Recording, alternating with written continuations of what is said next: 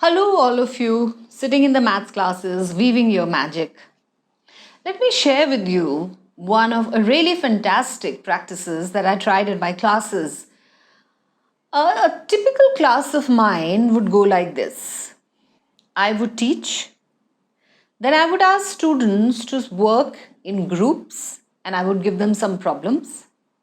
And then I would ask them to go back to their seats and work alone. And finally, I would give them one question as a kind of a short formative assessment for them to check and for me to check whether they have understood the concept or not.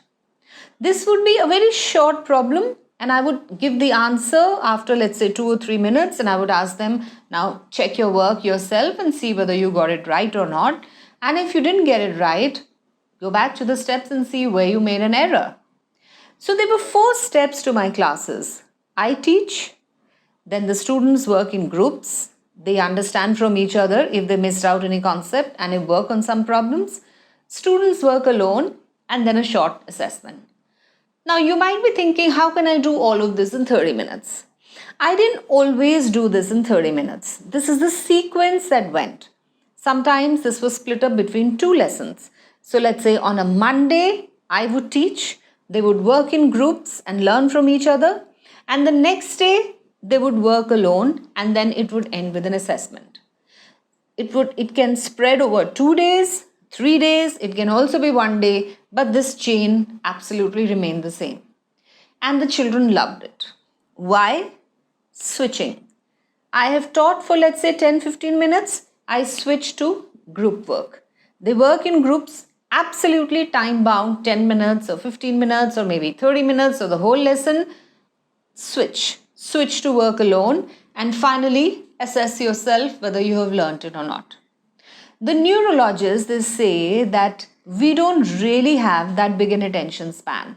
It's supposed to be 7 to 8 minutes.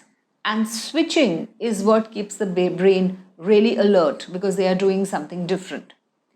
I think technically this has a name. It's called Gradual Release of Responsibility, or GRR. That's a technical name, and I'm sure you will get it on Google somewhere.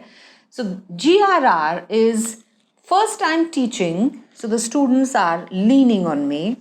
Then they are working in groups, and therefore they're leaning on each other. And finally they are working alone, which is when they are self-sufficient. And when they are self-sufficient, they should be ready for a short assessment. So the 4 steps are: I teach, they work in groups, they work alone, and then there's a short assessment after that. Try it in your classes and see how your students respond to it. Try it like a scientist. Take it as an experiment.